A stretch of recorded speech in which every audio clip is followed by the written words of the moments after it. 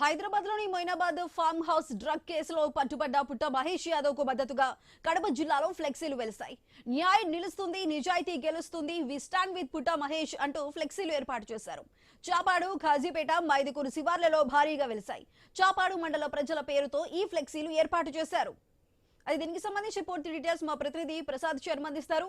ప్రసాద్ శర్మ, చెప్పండి, పుట్ట మహేష్ యాదవ్ కి సంబంధించి సపోర్ట్ చేస్తూ ఫ్లెక్సీలు అయితే కడపలో వెలిశాయి. మరి దీనికి సంబంధించిన అప్డేట్స్ ఏంటి?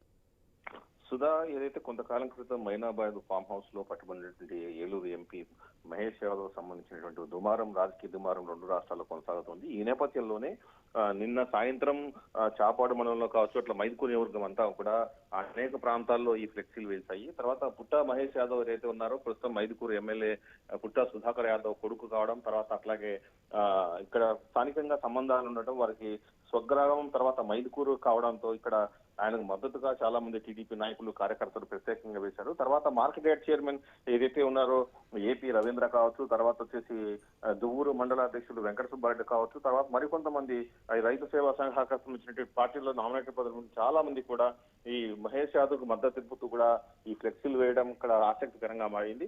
ఏలూరు ఎంపీగా ఉన్నటువంటి పుట్ట సుధాకర్ యాదవ్ పైన వస్తున్నటువంటి ఆరోపణలు వాళ్ళు అయితే ఖండిస్తున్నారు. తమ న్యాయం నిలుస్తుంది, నిజాయితీ గెలుస్తున్నట్టు కూడా వేసినటువంటి ఫ్లెక్సీలు ఆసక్తికరంగా మారేస్తారు. Right Prasad, thank you.